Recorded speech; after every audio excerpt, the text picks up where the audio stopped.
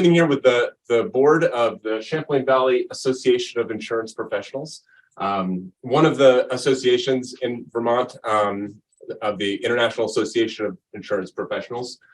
This is kind of jointly presented here by our Vermont Association of Insurance Professionals, as well as other chapter here in Vermont.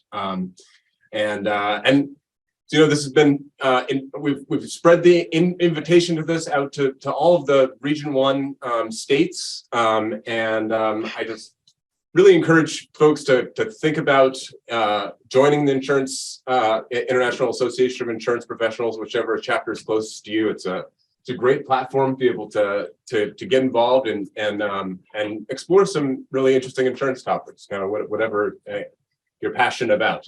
I couldn't agree more. I know some of our staff have been, you know, came from industry and have been participants, and some continued to, and I encourage that participation even as they became regulators, because, you know, professional development is good for all of us. So, yeah, so we've had current staff and former staff that have certainly been engaged with, if not the Champlain Valley, the Vermont or the former Green Mountain, you know, association. But yeah, that's all good. Thanks. Thank you so much for that vote of confidence, and for your involvement and DFR's involvement in our work. It's just great to have that open dialogue we can get with the state. Through this community. Patti, are you able to hear us now, or still not being able to hear? Still no luck? We're having a little bit of a technical difficulty getting, let's see here. But I can't.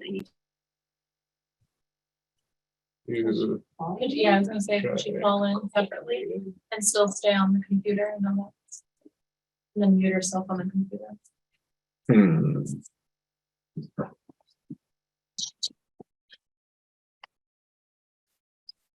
see here.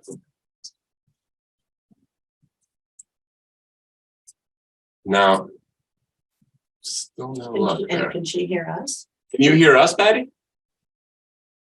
I'm gathering not then. I can't hear anyone. Yeah. Let's see. Doesn't our call number, doesn't she?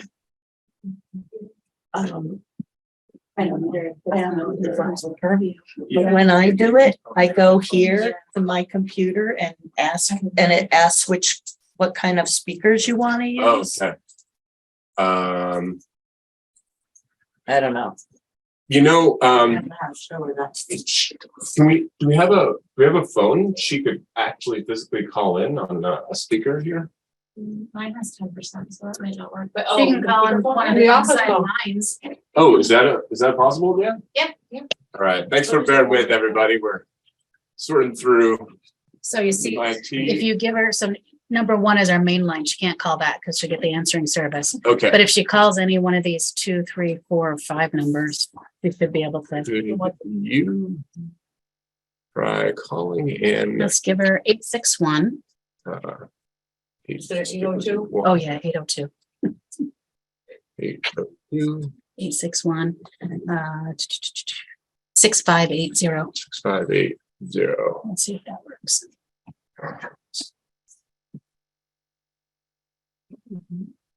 That works. So just put her on speaker, and that'll be right by the microphone there. So, Hopefully it won't give could me be a possibility. Oh, there we go. Hey, Patti. How are you? Hi. Okay. So can panelists hear Patti through my speakerphone? Yes. Okay. Okay. Wonderful. I love it. It's always something new. Don't worry. Always something. Well, it's crystal clear over here for us now, and hopefully for other folks on the line here as well. So thank you so much. Thank you all so much for joining us. And I'll get into introducing folks in a quick sec. I just wanted to quickly just say thanks to a few people. Barb Waters, our president of Champlain Valley Association of Insurance Professionals, recently been getting involved in the board here. Barb's really been great and kind of welcoming me in the community. Audrey Macy, president of VTIP. I'm not able to be here this evening, but she's also a huge part of our community. Janelle Leak from Region 1 really helped with promoting this. Allison Chase at our office has really helped me kind of pull together some of the vision for kind of communications around this. Lindsay and GW Savage, Deanne, you're just amazing in this community. I hate to have a loss, but if you do, these guys are great to work with, and just appreciate all you do to kind of stay connected in this community. Krista Peck, who had initially reached out to us from Vermont Mutual to see about pulling together a roundtable on this topic, as it's just been something that a lot of us have been chewing on for a while and wanted to have a forum where we could kind of come together. And I just wanted to also just say thanks to Todd Wood. He's our president at New England Access Exchange, and you know he's given me a long leash to run with this project. You know he's been a great advisor along the way as I've been going through it. And what's really exciting about this to me is it really helps me to work on two areas. Aspects of my work with NEE. I'm a business development specialist at New England Access that I'm really passionate about. And one of those is new areas of the economy. You know, since COVID hit, a lot of whole new business models have come about, new areas of the economy have come about. And without a lot of track record, you know, admitted market insurers and regular standard insurers are not really in a position that they're able to offer insurance in these spaces.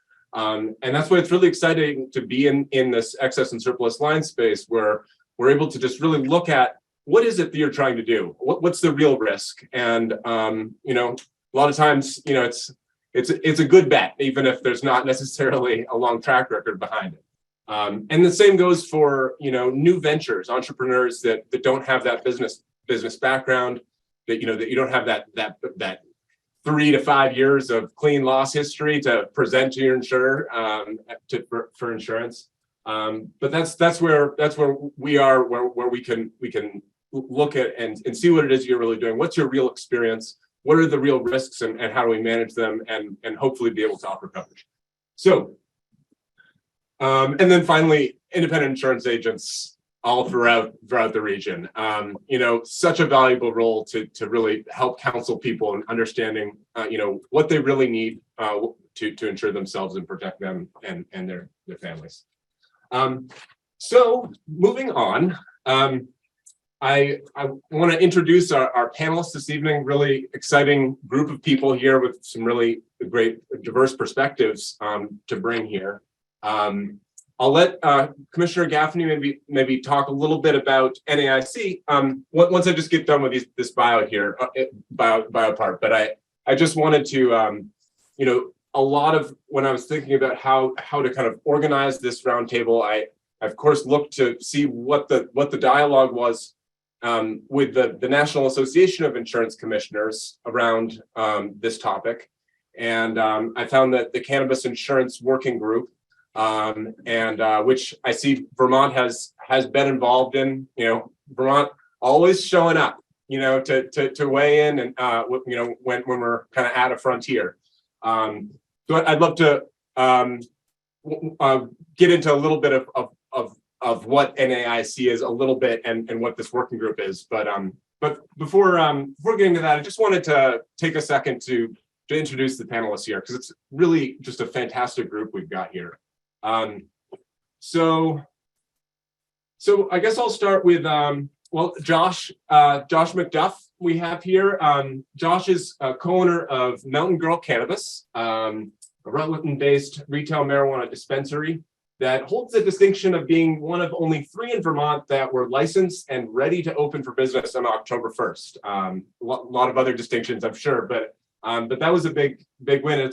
You know, it's great that you're able to go through all that process and be there, you know, right at the start of the market. So really pioneer in that area. In Vermont, for those of you that are not from Vermont or kind of aware of where we're at in Vermont, October 1st was when we first opened up for adult use, recreational sale in Vermont.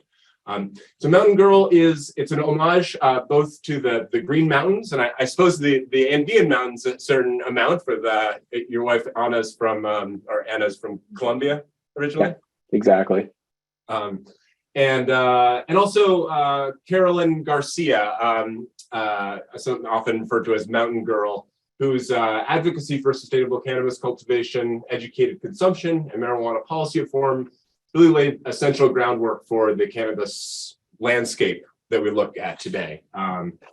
So prior to opening Mountain Girl, impossible to typecast this Josh MacDuff.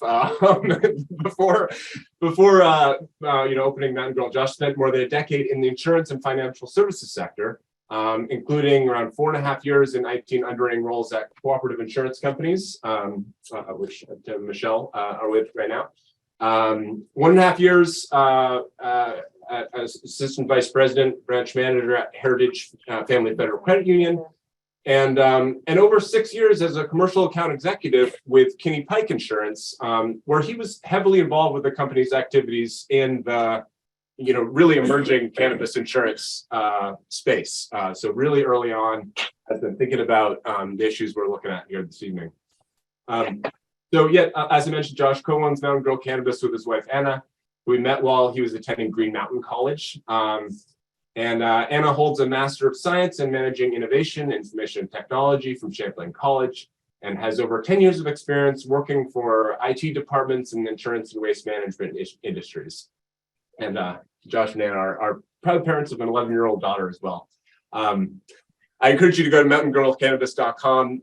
There's lots of other interesting things about their lives and their story. And, over the internet, there's a Boston Globe article I found about you guys. A lot of interesting stuff. So I encourage you to look deeper there.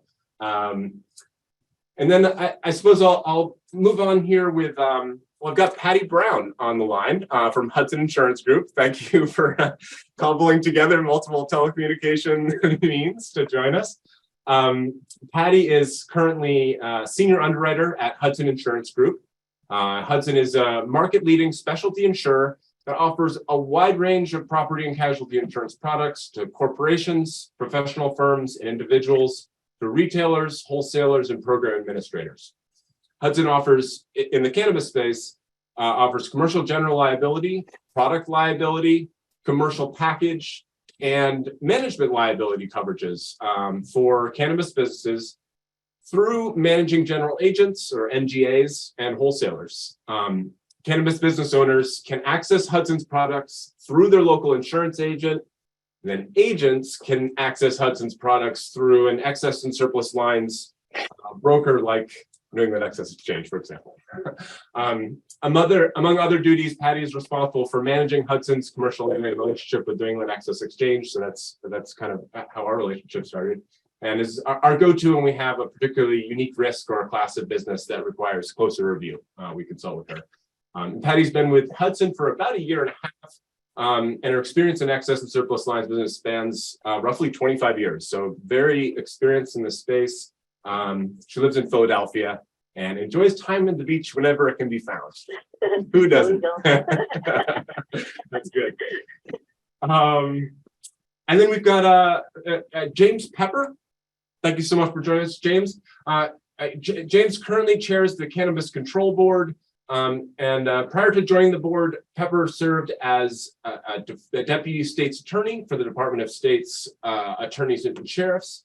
In this role, he advocated for and helped implement many of the criminal justice reform initiatives in the past 5 years, including expanding expungement eligibility and automatic expungement for cannabis convictions, justice reinvestment, bail reform, use of force standards for law enforcement officers, and raising the age of juvenile jurisdiction.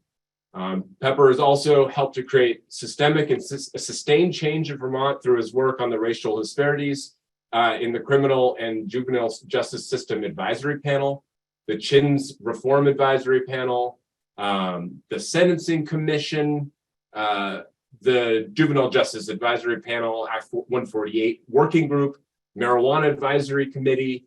Pepper also worked for Governor Peter Shumlin as Director of Intergovernmental Affairs and Senior Policy Advisor.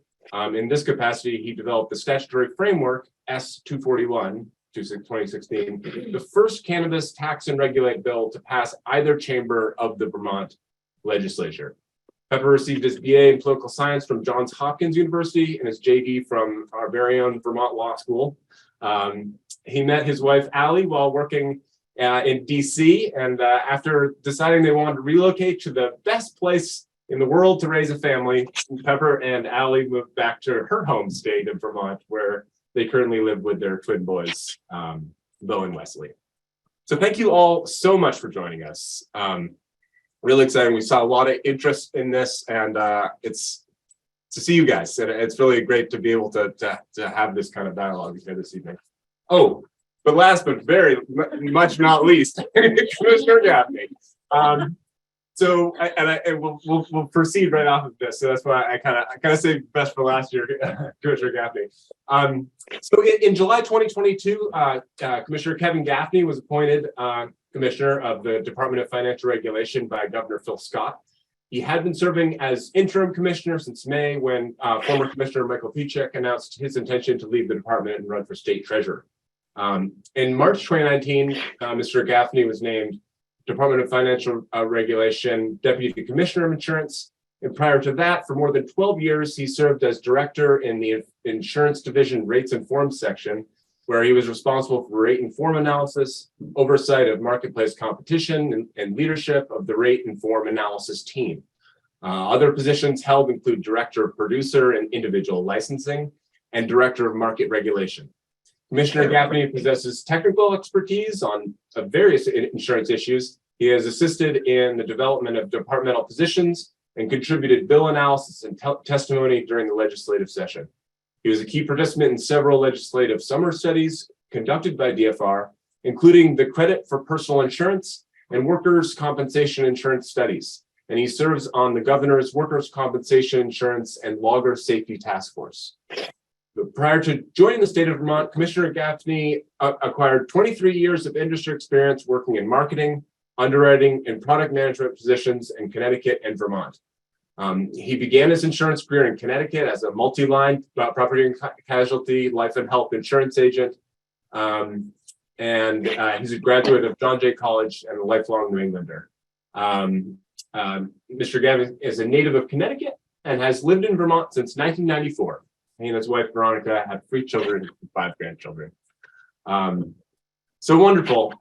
And so I to segue, as I was hoping to earlier, I suppose, into, could you give us just a little bit of what the National Association of Insurance Commissioner is, and I suppose how that relates to a working group like this, and maybe a little bit about our involvement in the Cannabis Insurance Working Group. Sure. Well, thank you. Appreciate the introduction. You know more about me than I remember about myself, I think. Yeah, so insurance, the Department of Financial Regulation stands up a number of oversights of the financial services industry, but unlike securities and banking that have kind of federal, it's a bifurcated regulatory system, insurance through the McCarran-Ferguson Act is primarily a state-based insurance regime, right? With the exception of things like the Affordable Care Act. So each individual state's insurance laws will kind of dictate the marketplace. But that being said, as Vermont, not unlike other states, have a good representation of domestic insurers, but also your national, your countrywide insurers that many of our independent agents in Vermont represent. And so the goal is always to kind of find a more efficient way to regulate markets. So those efficiencies come from always looking to be uniform and trying to find kind of uniform solutions that may exist in multiple states. So when people are operating in more than one state, they can stay within the the requirements of the law. So we always look to do that. And the way that's done is through the National Association of Insurance Commissioners. So the NEIC is, we are the NEIC, myself and the other 55 jurisdictions that regulate insurance make up the National Association of Insurance Commissioners. So that association does a number of things. But it does, and it has all these committees, and we like our letter committees. So, for property and casualty, it's the C committee. For health insurance, it's the B committee. But those letter committees are the kind of the committees that will take up an issue, and then perhaps if that issue is substantive and the potential is kind of long term, then there'll be a task force or a working group to really focus on that issue and then bring those recommendations up to the letter committee, usually with the goal of adopting some charges that are kind of guiding principles to follow. So in the example of the Cannabis Insurance Working Group, that group in Vermont has been engaged on that. We were one of the early adopters of medical marijuana. I think we were one of the first, perhaps 9 states to adopt medical marijuana, and then, of course, last October, engaged in the retail market. So we really felt that we wanted to be at the table on those discussions to help kind of set the guidance and the policy, and so the working group activity continues. I think there's the goal is by the national meeting. I think it's the summer national meeting in 23. The goal is to kind of have those charges well established and to determine kind of the path. And I'll just say, rather than getting into a lot of the weeds there, one of the goals is to always to find ways to have more available markets. Because when I talk about our role generally, we have a consumer protection role, and there's some consumer protection issues in front of us as we talk about this issue, right? We want to make sure that operators have proper insurance protection so that third parties are protected. That's good public policy. That if we have business operations, we want to protect the business owner, and we want their assets to be protected too, but also protecting third parties. But we also want to make sure that there's market availability to the extent there can be. And Evan, when you started this conversation, you talked about the role that the non-admitted market, the surplus lines market, is serving here. And this is exactly what the purpose of a surplus lines market is, in my opinion, is that when there isn't kind of ready acceptance of a certain type of risk in the admitted market. And for those of you that, the admitted just means that the companies that are licensed and regulated directly by the Department of Financial Regulation. The non-admitted market are those market segments, and in statute it says that markets that are not reasonably procurable in the admitted market may be written in the surplus lines market or the non-admitted market. So there's a purpose and a place for the non-admitted market. It's certainly meeting that challenge now. We're always looking to see when there are opportunities to have a more robust market and more choice for consumers, and in this case for licensees. So that's the area that we still are working towards, is to encourage, because it really is encourage. We don't necessarily, we're not market makers typically, but what we do is try to set up a regulatory regime that allows for markets to flourish and allows for markets to develop. So there's obviously the issue of the federal position on these type of activities and the reticence of the admitted market insurers in some instances to participate in this market. So So I think one of the charges of the working group is to encourage greater participation of the admitted market, to give that greater choice, and then there's other benefits that allows, right? Then we as regulators can review those policies and coverages. We don't regulate the non-admitted market. Now, that being said, I think what we're all trying to figure out here is how best do we, even if we don't formally have jurisdiction, informally help support the development of the cannabis market in Vermont. So, we've worked closely with James Pepper and his team at the Cannabis Control Board on offering that assistance. So if it's, not admitted paper and there's not admitted contracts and pricing, if there's anything we can do to at least help boil down what a policy actually provides and covers, I mean, that should be done by the independent agents, but I always think it doesn't hurt to have additional guidance and education, from the regulator too. So, that's one of the goals that I see for us to try to assist in any way we can, the Cannabis Control Board, in bringing the expertise that we have as admitted market regulators to this market. Excellent. Thanks so much for that overview. That's fantastic. So I think what I'd like to do from here is move into some questions, and I'm essentially going to work through right now what are the 4 proposed charges of this working group, and I have some questions that I developed that just would help to kind of prompt, I guess, sharing some of your views on that topic, each of your different perspectives. And what I'm hoping is we can do just kind of a brief, best response that you'd like to share on that topic, and then open it up for anybody to ask another panelist a follow-up question if you have it.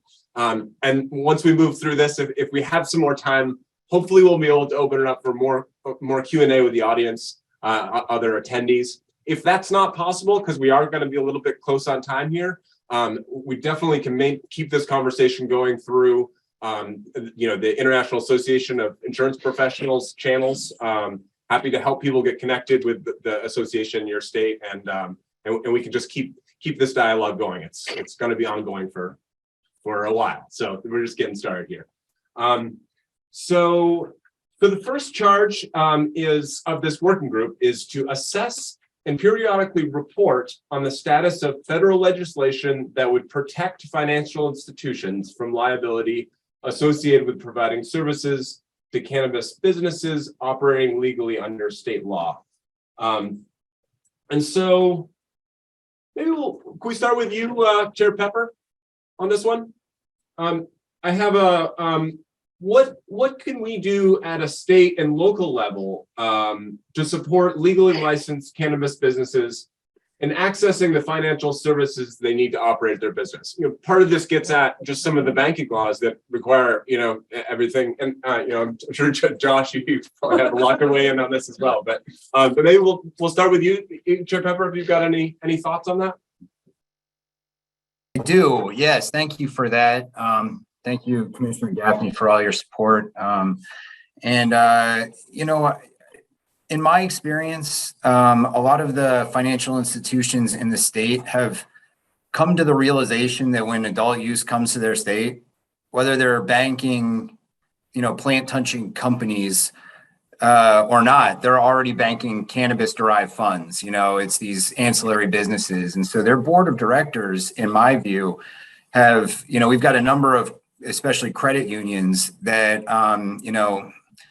they've authorized their credit unions to bank cannabis touching organizations. And, they also, VSCCU was the first, they started banking cannabis funds back in 2015. And really they have a kind of mission driven approach to banking, and they have a triple bottom line, and they see it as part of their duty to Vermont, really to make our community safer and to support their members to bank this money and to make this not a primarily cash industry. I can tell you that I was at a cannabis banking conference not too long ago, I think last July or August. And, one of the keynote speakers was the former chair of the NCUA, current member of the NCUA. And he was shouting from the rooftops that there is no reason why any credit union should not bank cannabis money. There's absolutely no reason. He would go further and probably say, even federally chartered banks should do it too. You just need to have the proper kind of compliance team in place and systems in place. And but really what we did at the board, because this is so new in Vermont, and we put into our rules a requirement that people have a depository account, is we held a series of roundtables with the support of DFR around banking and asked all of the financial institutions of the state to participate. We asked them what did they want from the cannabis board with respect to kind of our regulations and our rules that would make them feel comfortable about banking cannabis money. And we developed regulations around our compliance and enforcement, around inventory tracking. We use the same suspicious activity reporting organization that VSECU uses. And we wrote into our rules that we can share information about our licensees with financial institutions under certain circumstances. We've gotten some uptake, and it grows. It kind of snowballs. Once one company is willing to do it, one financial institution, then more and more come to the table. What we have not seen in any real sense is lending. These are all depository accounts. They're not, even VSECU, I think, I talked to their chief of cannabis banking, and, they gave one of the medical dispensaries a loan to do a car for delivery, but that is the extent of the lending that, that you're seeing in Vermont. We've spoken to our federal delegation about safe banking. It seems like it's on the cusp. We have 38 states that have medical programs. The vast majority of Americans live in states that have an adult use program, with California and New York coming online. It really feels like it's only a matter of time before at least SAFE happens. I don't think SAFE is going to be the linchpin that kind of creates this wave of financial interest or financial institution interest, largely because, there's the FinCEN guidance now, and, there's no reason why a federally chartered, national bank can't bank cannabis funds currently, if they kind of adhere to those principles. But it'll help. It'll certainly help, and it'll increase competition and drive down these fees. So, we just try and maintain open channels with our financial institutions and try to encourage more participation and try and have DFR at the table to kind of say, listen, if you meet these guidelines, then, your charter is secure. And I don't think we have seen, maybe with the exception of one, any charter ever be revoked in any state. Because they were banking cannabis funds, and they were doing so with the proper kind of compliance and enforcement. I'd like to just speak on this a little bit as the business please. owner from my perspective. So I actually appreciate where the banking, kind of area is, and we've been with VSECU since we started. The thing that I would, I guess, kind of question is, whether their fee structure is not predatory in nature. And I think, we would look for some support as the business from the Cannabis Control Board or the DFR to make sure that that's not happening. And I understand that, once more competition within the banking, component stays put, that might drive costs down. But as currently constructed, we're actually paying more just to park money in our bank than we are for our rent for our building, based on their fee structure. And, I think something has to give, whether it's, the Cannabis Control Board, speak to the banks and try to put something together where the fees can't outweigh the overall, process. As far as more banks getting into it, and the Safe Banking Act, hopefully kind of creating some levity there. I do agree with that.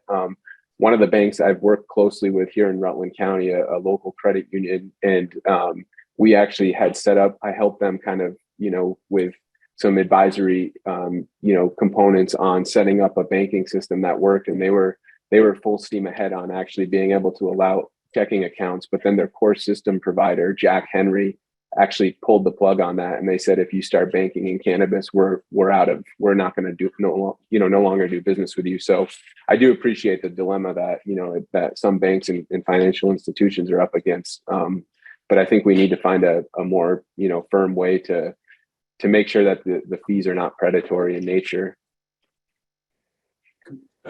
Commissioner Gaffney, did you want to hop in on this? It seems like this is kind of I suppose just what can DFR, I had thought of what kind of can insurance professionals do to help support the formation of adequate credit and loan facilities for licensed cannabis businesses, but just in general at a state level, is there anything that we can do to help address this type of a challenge? Well, I think first just understand and listening to Josh and just, who he engages with and how I think it's helpful for licensees to share with each other. I don't know specifically what we can do other than making sure there's full awareness of who is participating in this now and what services they provide. Just listening to this comment on fees, I'd be interested to understand more and see if there's any kind of parameters that we can or should stand up. I'd have to, honestly, I don't have a good sense of how fees are regulated generally, so I'd have to start there. The banking piece, I'm still drinking from a fire hose on. But Aaron Ferenc, who is the Deputy Commissioner of Banking and who has assisted James and his team at the CCB on a number of issues, certainly it's something we could certainly look at. That's what I'm hoping these dialogues do, is to allow us to hear more about the issues in front of you and see if there are potential solutions. I know that's kind of a non-answer, but I think that's the starting point. I don't want to say, yeah, that's something that I could fix and we should fix it. We have to assess what it is, contextualize it. We don't overanalyze, but we do analyze because we do have to kind of assess all the considerations there, the considerations that maybe the risk that the financial institution is assuming and kind of what they're willing to assume and at what cost. So respect, your willingness to just, admit, we're still exploring these issues. They're complex issues. There's not necessarily solutions right out there. But being part of a dialogue like this is really encouraging,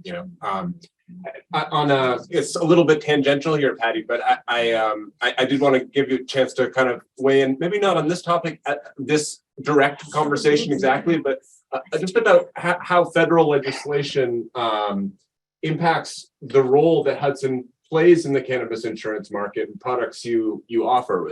Does federal legislation, does that touch you at all? Is there any way that your choices and decisions as a company is influenced by Congress?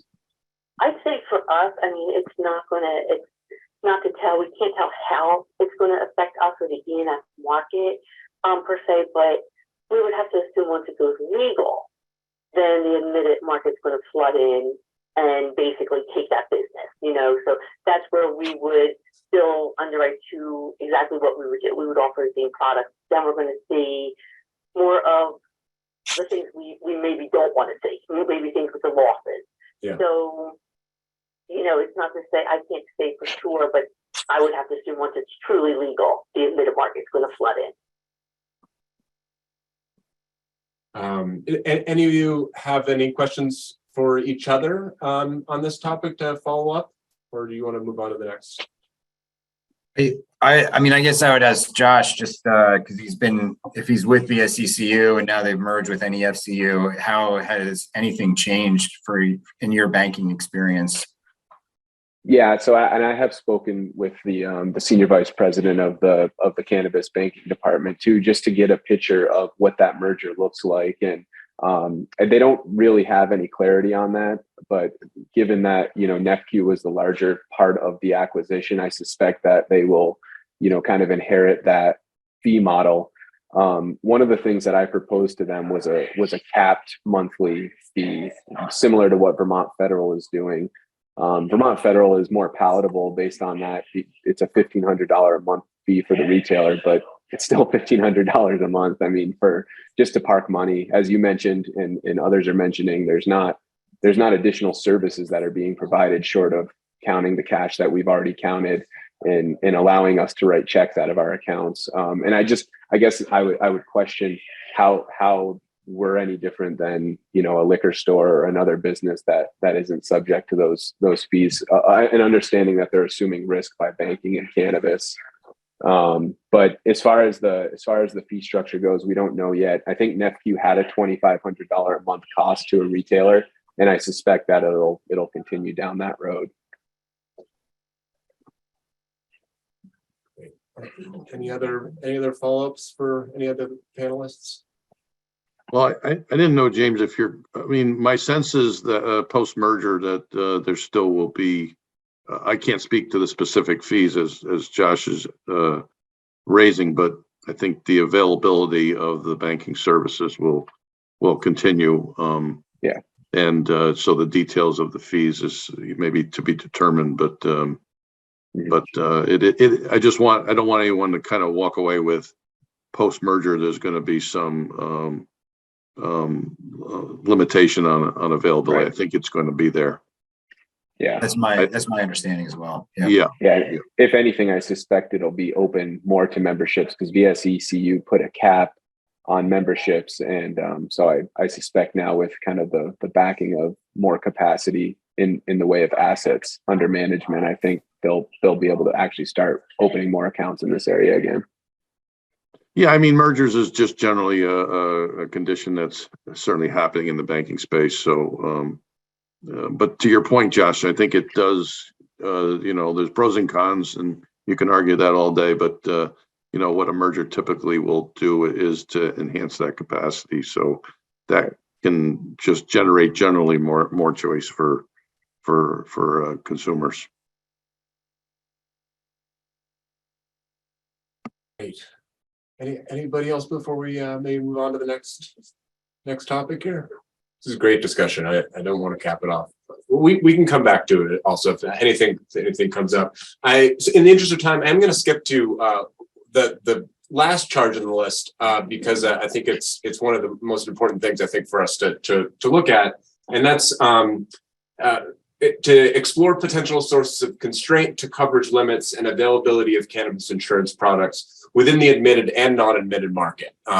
Is the coverage available there that is needed for business owners to operate? I guess let's start with you, Josh, on this, and then we can kind of move around with some of the other panelists here. But I just have you been able to access in the Vermont market the coverage limits and products that you need to operate your business essentially? Yeah, absolutely. I think I have a unique perspective as both someone who has sold to many licensed, operators, whether it's cultivators or otherwise, and also being a consumer, a retailer on that front. I think the coverage limits are available. I think it's been challenging to say the least, and the challenge that I had as the producer, the person actually selling and placing the insurance was, within the Cannabis Control Board's framework. I believe their definition of what required limits was reasonably adequate insurance, which can be used and open to the interpretation. I think where I struggled as the producer was, I had to provide general liability and product liability quotes, and that once you tally that up, that's about a $4,000 policy, when it's all said and done. And, the way that the Cannabis Control Board and by good reason modeled their licensing structure, they really emphasized, small tier cultivators. So I was finding that a lot of folks were opting just for the general liability policy because it was an $800 or $900 policy versus the $3,000 product liability policy, which, creates a lot of risk for all involved. I think the coverage is available. I think it's cost prohibitive a bit to the small tier, cultivators and otherwise who can't maybe access those funds immediately, before getting their license. And I think there could be some sharpening up on some of those definitions as well to help aid the consumer in picking the right and adequate choice for their coverage. Great. And I guess I just want to hop to you, Patti. From a company that is offering coverage in this space. It seems like a basic question here, but could you just give us a general overview of what? So with Hudson, when it's kind of a normal cannabis risk, I would say. We'll place it with Hudson. Anything kind of within that kind of general sort of a typical dispensary. That we'll go to Hudson. If somebody needs much higher limits, or it's a large commercial grower or something like that, we might go to some of our other brokerage markets. But just in terms of like the main bulk of need, we're really looking to companies like Hudson to provide that. And I was just hoping maybe you could just go over real quick what products do you offer? What are the maximum limits you offer? And maybe even just a little bit of like what types of operations are prohibited, exposures that are excluded. If you can just kind of give us a general idea of what sort of the typical what you're offering. Sure. So we do medical marijuana dispensaries, recreational marijuana dispensaries, marijuana indoor growing facilities, edible marijuana manufacturing, marijuana oil concentrate manufacturing, marijuana oil extraction for others, marijuana tours on others' premises, marijuana harvesting contractors, testing labs, consultants, and we also do the lesser's risk as a tenant if we're the building owner. As far as limits, 122 is what we offer currently, looking at to do 333. And then as far as prohibited, what we stay away from is the standalone products policy, unlicensed facilities, Native American enterprises, home cultivation of marijuana, home business operations, and then delivery services is what we prohibit.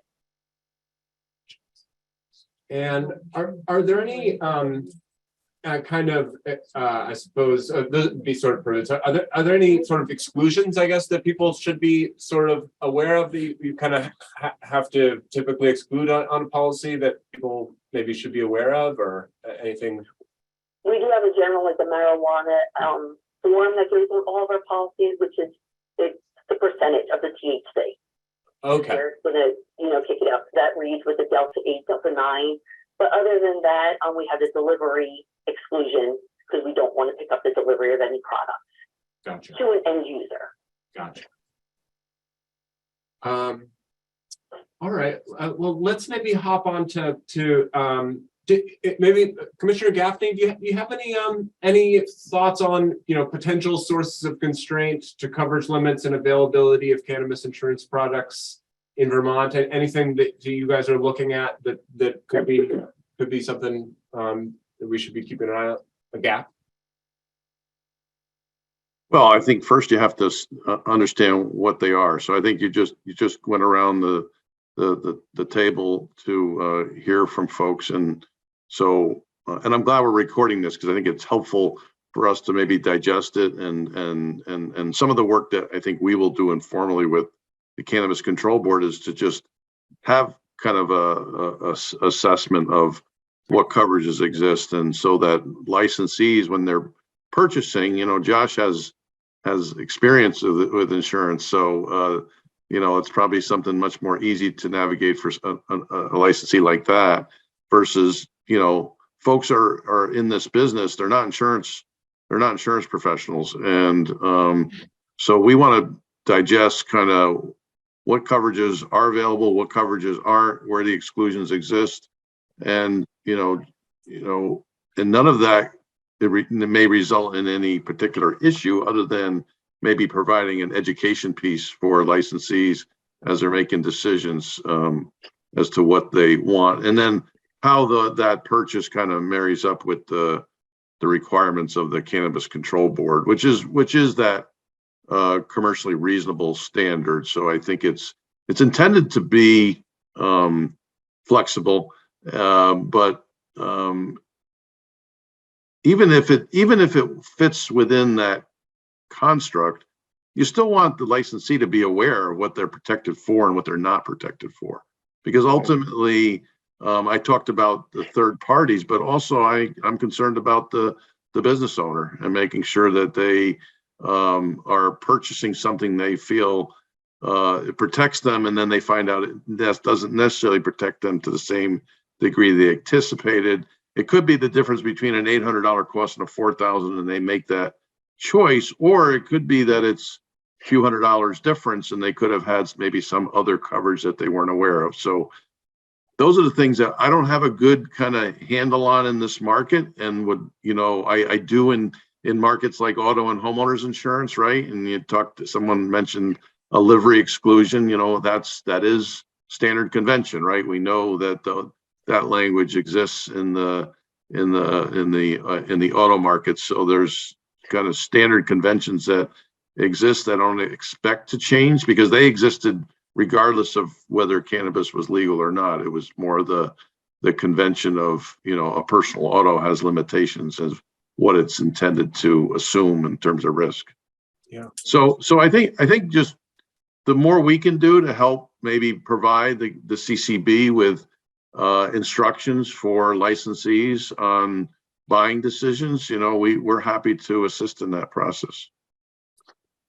And I would just add to that. I mean, even as an experienced insurance professional who is focused on the cannabis space, since the passing of the Farm Bill, I've always been fearful of the list of exclusions that you get, applied to a policy from an E&S market or from a surplus lines market. And, I don't know that we can impart any change until the standard carriers really step up and start writing these policies for the consumer, because it's just their insurance policies are much more cut and dry. And, if you ever look at one of the insurance policies for a cannabis insurance, the list of exclusions is exhaustive, and the wording is, you've really got to be a lawyer to try to even track down what the intent is on those. And being a surplus lines carrier and not admitted, I'm fearful that there's not that cooperation with the DFR in each particular state. So there's not as many, there's not as much attention being paid to those policies, that are being sold within the state. Yeah, well, and to be clear, there isn't by intention. There's no jurisdictional. I don't have any jurisdiction over the not admitted market. But as I said at the outset, I think what we want to do, at least provide informally, not suggesting that we can or should be regulating the not admitted market, but whatever we can do to assist and make buyers be more aware. If there's ways, again, if it was the admitted market, there might be language that we want to enhance disclosure and make something more prominent. Things like that. That's what we do in the admitted market, is that, admitted market has exclusions too. And some of those have complexity. And sometimes we have to, through our policy review and form review process, tease out those exclusions to make them more transparent and more aware. So we don't regulate the non-admitted market, but that being said, I think we are willing to do what we can with our expertise to support the cannabis market that is primarily underwritten by the non-admitted market. I'll happy to let Patti talk to some of these points as well. I will say, insurance is one way of financing risk, but it's not the only way. Plenty of people, even if you have a deductible, to a certain extent, you're self-insuring a component of that risk, and it just so important. It just really highlights the value of an independent insurance agent in helping to guide people through the process of really understanding what their exposures are, what aspects you can insure, and what you're actually not covered for. You don't want a situation where somebody makes a claim and they don't have coverage, but you want people to know that my policy doesn't cover these types of aspects. I'm not going to make a claim right now because I didn't actually insure that aspect of my operation theoretically. But you want people to have that full knowledge. That's really why independent agents have such a key role in this type of a market. I did want to just give, I guess, before we maybe if Patti, you want to hop in, if you had any comments about some of the exclusions people are concerned about here. Sure. Yeah. We get the questions all the time of maybe not understanding or what does this form mean, and we'll provide it to you in writing. The questions from retail agents, we welcome them. We can give you feedback, we can give you brochures, we can give you our take on what the policy is in the form. We send all that to you too to share with your retail agents. So I always think it's good to let you know, like when we send you stuff, it's all hyperlinked. Like share that with your retail agents, explain the form. If they have questions, come back to us, because we've even gone further just to explain our position on what we are offering, what we're looking to do. So we welcome questions, you know what I mean? Because I think we all learn and grow from that. I know I do, you know what I mean? Just having that question come back, and then we'll leave a roundtable here. And I throw it out to the group and, hey, what about this? Because for me, it's a year and a half. I mean, I'm still learning myself, but the questions are great, so there's no questions off the table. And as far as exclusions, ask about what's on there. If you see something on there, please come back, because I know open dialogue with you, everyone at New England Access has been wonderful in the sense of, I asked you guys for information. What are you seeing out there? What are other markets doing? That's how we can change too and just get better.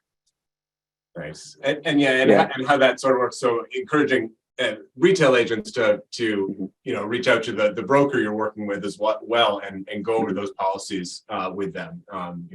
We have a lot of expertise in this area. We have underwriters. We can turn with like Patti at carriers. We can talk through and really understand what this form language is, what that coverage means, and really understand what it is is being offered there. And I guess before we're right about at time, but I just wanted James, if you wanted to just mention a little bit of, would you say that there are any ways in which constraints to access to coverage are impeding the development of the cannabis market, I suppose, to a certain extent? Is it slowing down, how much this can grow because maybe the insurance available maybe has too many exclusions or certain types of operations or not? Yes, without a doubt. I mean, the board had a very clear legislative mandate to try and shift as much of the current illicit market into the legal market as possible. And, when you think about, our two, I think, most costly regulations are banking and insurance. And, those are statutory requirements. And in the statutory language was commercially reasonable levels of insurance. And we started out at the Cannabis Board putting exact insurance types and limits that we wanted to see, whether it was, general commercial liability or, product liability. During our rulemaking process, essentially the industry came to us and said, hey, listen, I've been doing this for years in my, garage. I can't afford to do this. Like, I grow 25 plants. I'm not, I'm not a big multi-state operator. I don't have the kind of resources to do that. And so we had to shift back towards just defaulting to what the statute said, which is commercially reasonable levels of insurance. I really, Josh, I've heard you speak before, and I know that you've been guiding, people through this process. We now have a number of policies, in our possession that, DFR is very graciously said that they will review, they'll look for these exclusions. We have and help us craft what we actually want, better guidance to the industry as to kind of what we're looking for, what we think mitigates the risk of some of these issues. And we have a kind of roundtable coming up before our renewal process in April, where we're going to kind of review these issues. But it has absolutely been a barrier. And, because we recognize this was such a barrier, and we recognize that kind of commercially reasonable levels of insurance is kind of, in the eye of the beholder to a certain extent. We did create specific in rule, specific self-insurance amounts, depending on the kind of license type you had.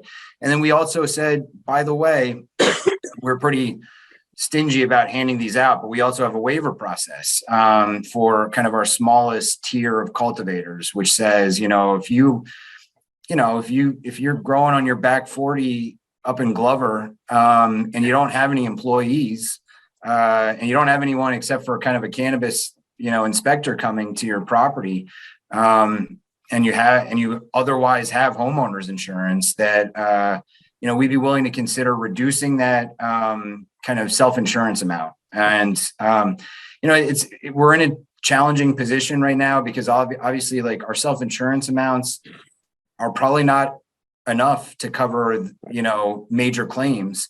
And they're also too expensive for many of our licensees to afford. So, we recognize we're in a difficult position right now. But now that we have a little bit of data, and we have a little bit of experience under our belt, and we have the kind of support from DFR to kind of look to really dig into this issue. And we've had a number of more new insurers, surplus line people come online. They've looked at the Vermont market. One of our kind of surplus line insurers said, well, you have a large number of home-based kind of cultivators, and homeowners policies don't cover this probably, and they've created an insurance policy that's specific to, this demand, this need in Vermont. So, I think a little bit of time and a little bit of experience and a little bit of help from our partners at DFR is going to help this industry mature and get to a point where someone who's never been regulated before, never known the need for insurance, starts to kind of feel comfortable with getting these policies and knowing where their gaps are and where their liabilities are. And I just want to add real quickly to that. And that's great. That's great to hear that people are, kind of looking behind the scenes to kind of just make sure that what's being purchased is not, smoke and mirrors and all of that. The one thing, and I applaud the Cannabis Control Board's effort to find a way that it was an equitable program, for license types of all varieties to get in the game here. The one thing I would point out, though, is if, the exposure doesn't go away, if there is a liability claim. So the way that I, as a business owner, what I've had to do as the retailer, the consumer's buying directly from me. So if something happens, generally they're looking at me first and foremost, if they get ill or there's a bodily injury as a result of consumption of a product. And, so I'm making a diligent effort to collect certificates of insurance from my growers, but I have to make a business decision if they don't have product liability insurance. So, although we, it's really just a transfer of that exposure to the retailer at that point. So, we're hopeful that there will be more products that come live that are more palatable to the folks who only have 20 plants and can, still get in the game and do it, in a way that's secured for everybody as well. Well, thank you so much. We're a little over time here. It's already evening for all of you. I so appreciate you taking this time to join us. We're just, I feel like just scratching the surface here a little bit, but let's keep this dialogue going. I know the Cannabis Control Board has coming up, I think the end of April at some point, Insuring Your Cannabis Business peer networking event. Let's keep that on our radars and try to participate that if we can. I'll also reach out to all attendees after this with this recording and look with CVIP and VTAIP and the whole region 1 there to see if there's anything we can do to keep this dialogue going. And anybody that's with us that wants to be involved in this, become a member and join us, because it's a great community to be a part of to explore these issues. I did get a few great questions from participants, which I will relay over to the panelists where they apply. Just generally, well, I won't really summarize necessarily, but really kind of touching on some of the difficulties seeing in the market. And Sarah Farnsworth wanted to let you know, Josh, that she's wearing the same hat.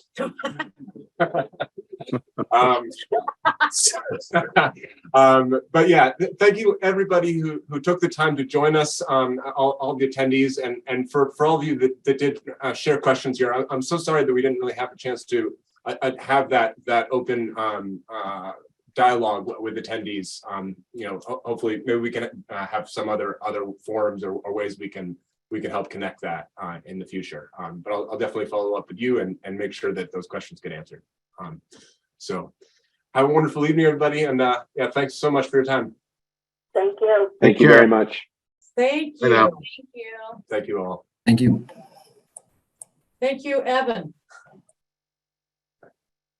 Thank you, Josh. Thanks so much, Patti. Yeah, thanks everyone. Nice to see you, Josh.